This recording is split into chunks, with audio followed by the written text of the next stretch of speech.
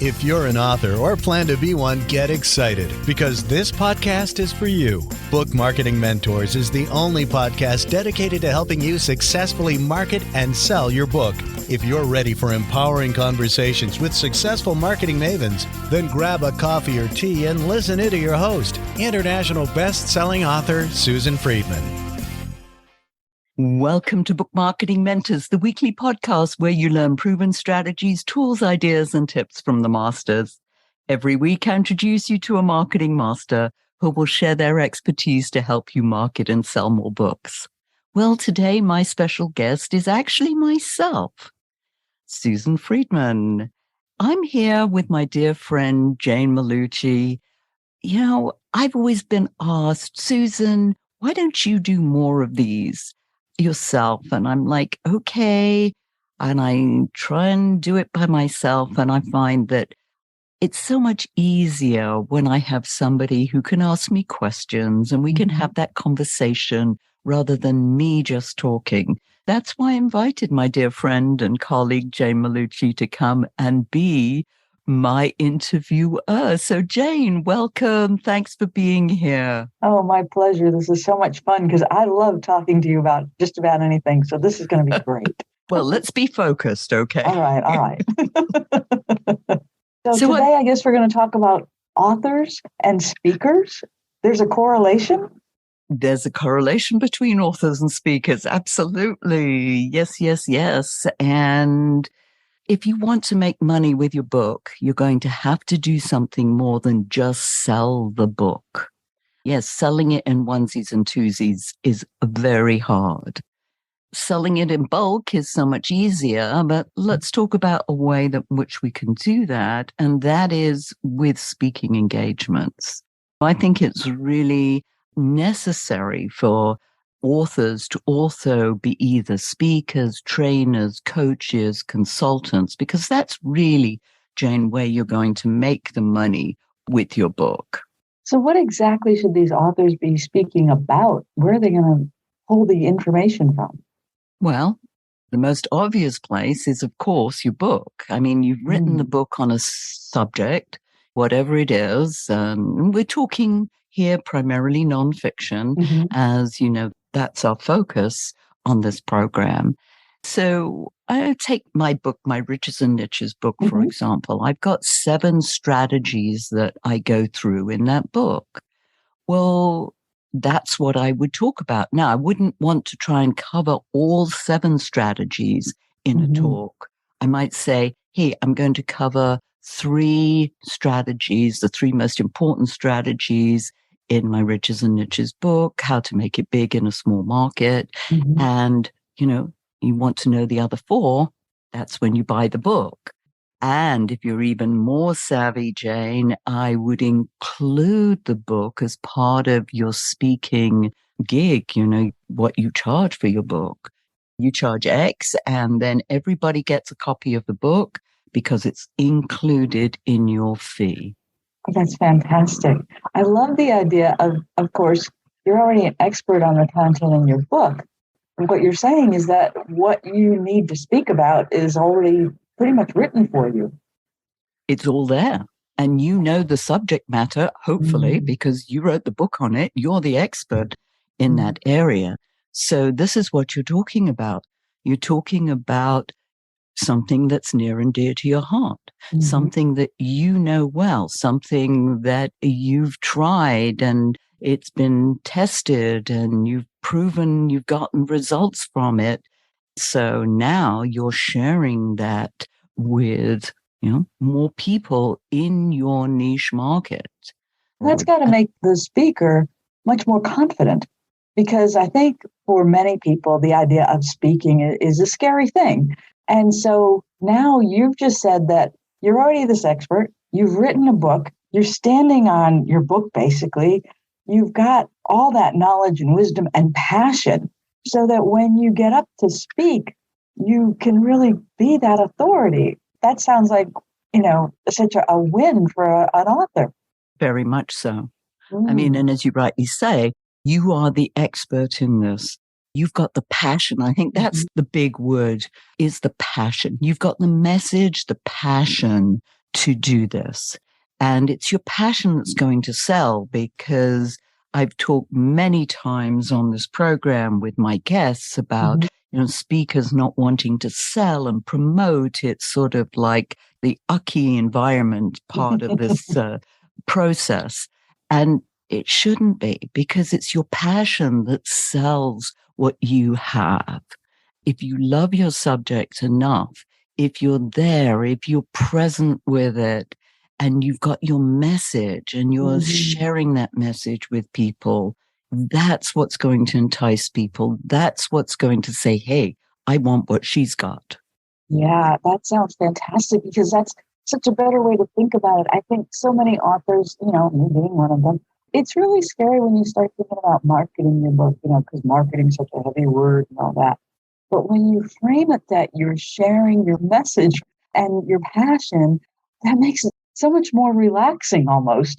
This is like, oh, I feel joy in doing that, sharing my message and being passionate about this, whatever it is that I'm promoting, that I'm talking about. That sounds so much more fun than I'm going to give a speech. Exactly. It's got to be fun. If you don't enjoy it, you're going to get burnt out. You're not going to enjoy it. Now, obviously, it's not just a matter of getting up there and saying, oh, yes, I've got this information, and you get up on stage and you're going to wing this because you've got all of it. No, you've obviously got to practice. You've got to outline what it is that you're going to be saying. You've got your overarching message. And I would recommend, especially in the beginning, you're going to have 3 points that you're going to make.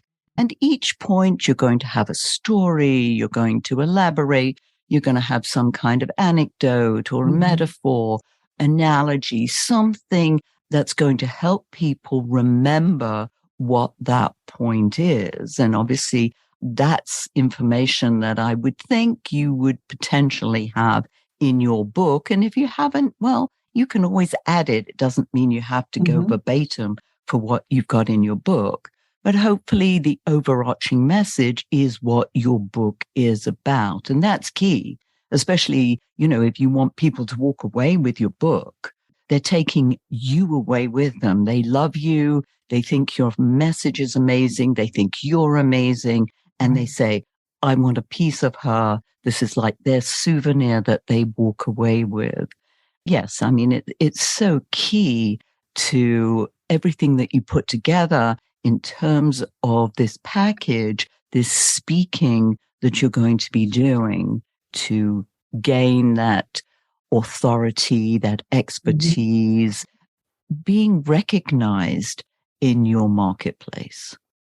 Susan, I can feel the excitement of being in front of that audience. And at the same time, there's also that terror because not everyone is comfortable speaking. You're a really good speaker. How did you learn to be a speaker? How did you understand how to put that speech together and then have the confidence to do that delivery in front of a crowd of whether it's 30 or 300 or 3,000 or 3 million? How do you do that? How did you get to be a good speaker? I think with everything, it's called practice, practice, and more practice. I mean, I recall even now, it's like I have a little bit of stage fright, especially if it's people I don't know and a very large audience. And I think the hardest thing is speaking to your peers. But that's usually it's people you don't necessarily know. But it's all about practicing. And if you haven't done it before, go speak for free. That was the advice that I got when I first joined the National Speakers Association. It's like, go out and speak for free. Just start feeling comfortable with this, and make the mistakes. You're going to make mistakes. It's not a matter of trying to read a script. And that actually is probably one of the worst things that you can do, is to try and memorize a script or just to read it verbatim, because you're going to put everybody to sleep. Don't try that. And if you try and memorize it, and I've seen this done on major stages where people have memorized their speech and all of a sudden they go, there's silence. They've forgotten what comes next. And so don't do that. I always remember hearing the story about Sir Laurence Olivier, the great Shakespearean actor, British actor. He always said before he went on stage, he had, that stage fright, but he had his own exercises, breathing.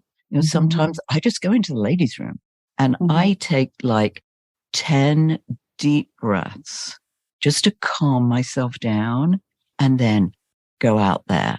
Or you can do jumping jacks, just something to get rid of the tension and those nerves that get in the way.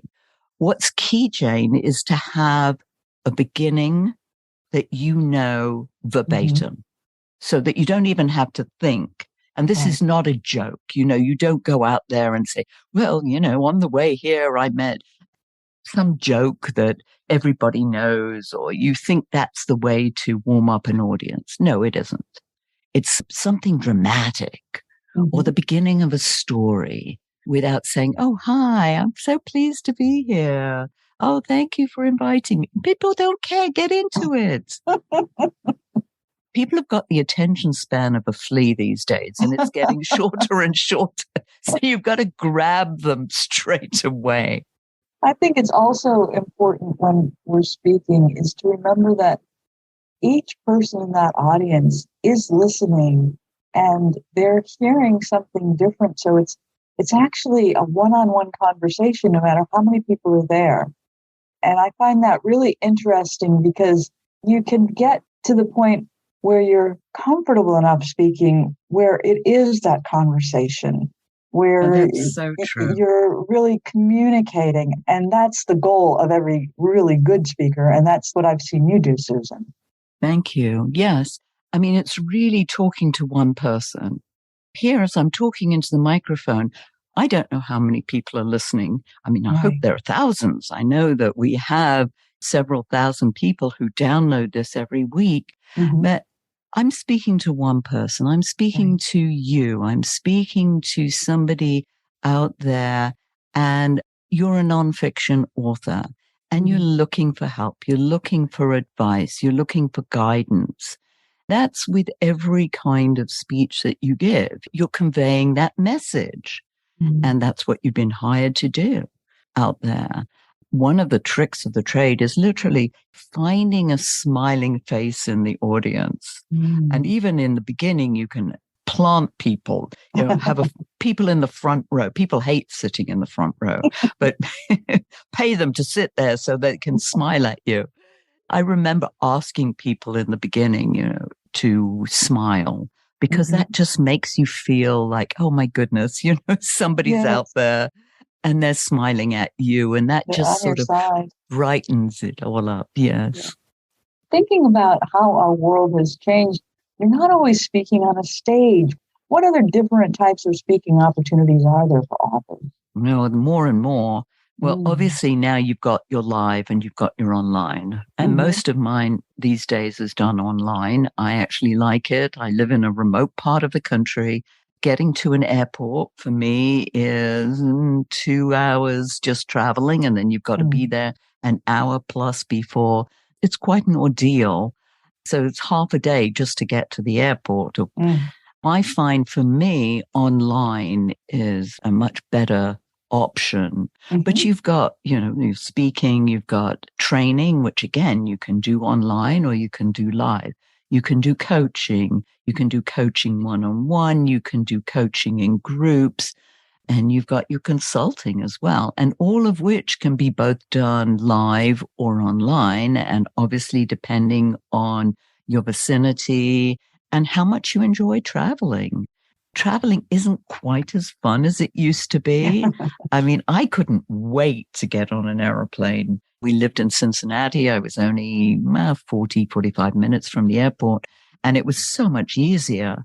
But nowadays, yes, it's that much harder and not quite as much fun as it used to be. But then, of course, I'm getting older, so, that might have something to do with it as well. But we won't even go there.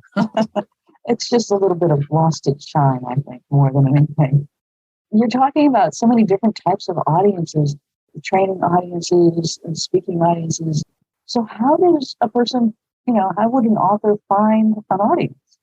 Well, and that's a good question because most people think, well, who shall I speak to? Or speak to Mm, everyone. Well, no, you mm, can't speak to everyone, just in the same way as your book isn't for everyone.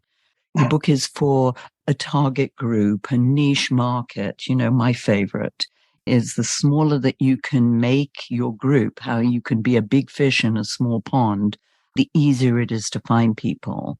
You want to look at your niche. You want to look at the industry. So let's say we're talking about professional women. Okay. So mhm. professional women where? What industry are we looking at? Because there are Right. millions of professional women out there, but if we talk about, let's say, professional women in healthcare.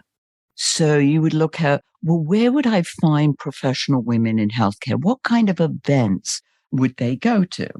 I like to do, when I talk to my clients and we look at that, I go on, guess where? Good old Google, Oh, and Google up, well, events for professional women in healthcare. And then you find out all the different events that might occur. We've got a healthcare business women's association events. We've got medical conferences and events. We've got women leaders in healthcare. There are a ton of places. And mhm, these are the places you start. I mean, every industry has an association. That is a great place to start, the industry events, and their national events, their international events. And then there may be state events, local events, which you may want to start with. You may right. want to start with a chapter if they have chapters in different states. To start there, and then you get recommended from one state to another state. And then you start asking, well, who do you know at national? Try and get in the back door, because I tell you what, you're not the only one looking to speak at these events. Mhm, So you want to look at how can you find ways of getting introduced to the right people who organize these events and organize the speakers for these events, because there are different, especially in associations. I mean, you've got people who are organizing the speakers. You've got people who are organizing the workshops. You've got people who are organizing the exhibitors, if they've got an mhm. exhibit, a trade show element to it. So there are many different components, and finding the right person and being introduced to that person and getting the referrals is always good. You mentioned about start with your niche so that you're focused on those people and figure out where they're hanging out and what they're doing. And that's how you get in and start speaking to them. Now, you're not talking about being a volunteer speaker. You're looking at this as an income stream. Is that correct? It's much better to get it as an income stream. Mm-hmm. However, you've got two sides of this. You've got the one where, yes, you're getting paid to do this. You're getting another opportunity potentially. And some of these associations don't necessarily pay. They may pay keynote speakers who are Mm-hmm. often celebrities. The larger the organization, the larger the event, they're going to have a celebrity speaker. And Mm-hmm. so you may not be in that category yet. Mm-hmm. And you have the opportunity, let's say, to do a breakout session. Those breakout sessions don't often get paid. So then I would say is, as long as you are speaking to people who can hire you, you Mm-hmm. may want to consider doing it gratis. And let's say, so often these events are being booked up many months in advance. So you can go to the meeting planner and you can say, let's say they say to you, well, Jane, we don't have any room anymore. We've got all our speakers. You say, okay, if somebody at the last minute drops out and you need a speaker, I may be available.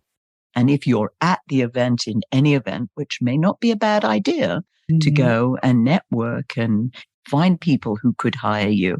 But you can always say, I'm going to be at the event in any event. So if you need somebody, I'm there. Or let's say the event is being held locally, at a drop of a hat, you could be there.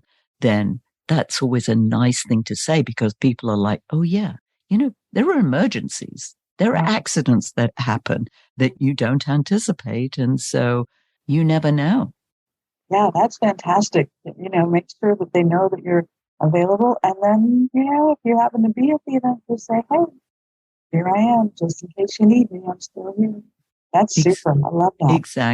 Exactly. It's always a nice thing. Make yourself available. So how did you become a paid speaker? I started asking for money. Oh, how novel. Yes, I started to ask. Now I know what goes through, many authors' mind is, and I've had this question many times, Jane, Mhm. as you well know, is that speakers say, well, what shall I charge? I say, well, what are you worth? Ah, Because I don't know what you can charge. If I could give you a number, I could say, you could ask for $5,000. You could ask for $10,000. You could ask for $100. I don't know. You've got to feel comfortable asking for an amount. So if I would say to you, what are you worth? Then people would start thinking because again, it's your time. right. Not only the time it's going to take you to prepare for the event. This may be a 20-minute, a 40-minute, an hour-long speech, Mhm. but you've got to prepare, and that preparation could take you several hours, Mhm. especially if you do slides, Mhm. if you do any kind of, you've got to put together maybe a workbook of some kind. Let's say it's a training program, or even if it's a keynote speech, you want somebody to write something down, take notes. That's always nice. It gets people involved Mhm. and when they have to write something down. All of this takes time. Your travel, how long is it going to take you Mhm. to travel there and back? All of this, you want to take into consideration when you're asking for a fee. Then, of course, if you're going to add in your books, even if you give them the books away at cost or Mhm. sell them at cost rather, then that's got to be included in your fee. All of this is, it's not to say what an amount that I should tell you to charge because I don't know. Now, Right. could we work that out together? Absolutely. I could help you come up with a fee that sounds like it's something that you could ask for, that you feel comfortable with. Mhm. Even if it's just that little bit more than you feel comfortable, if you Mhm. can at least let it come out of your mouth with Right. ease and with confidence, because that's half the battle is being able to say, well, I charge $2,500. Like Mhm. it's the most obvious thing in the world. Yeah. And the hardest thing, Jane, is the first time. I remember even just the first time asking when I raised my price Mm. and felt, well, I'd like to raise my price and just saying it for the first time.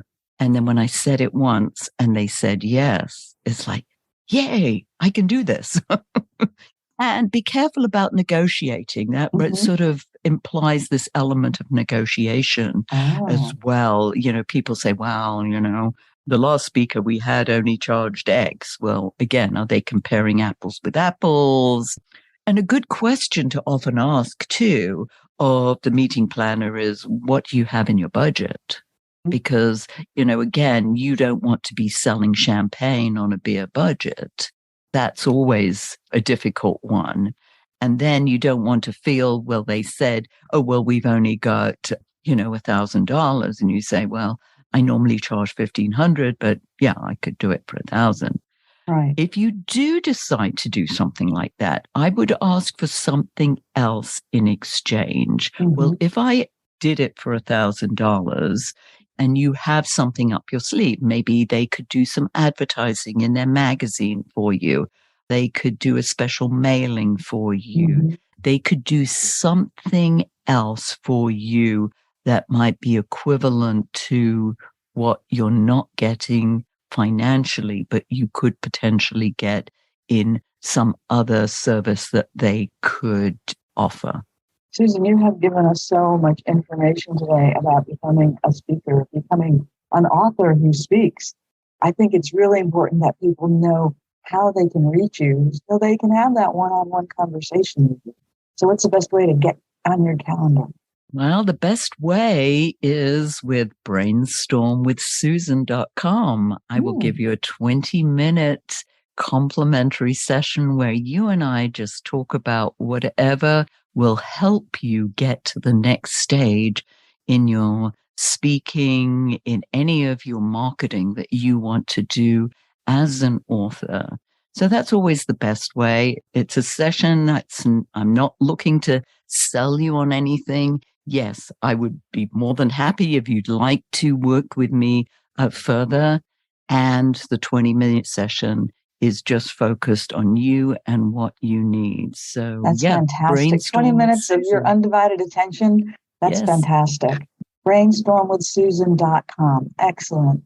Now, Susan, I'm going to follow your formula. You always end with a golden nugget. So what's your golden nugget for authors who want to be speakers? Go out and just do it. Don't make it hard for yourself. Yes. Is it challenging in the beginning? Is it scary? Yes. And it pays off because that's where you're going to make money with your book. You're not going to make money with your book selling it in onesies and twosies, posting it on Amazon, hoping and praying that somebody's going to discover you.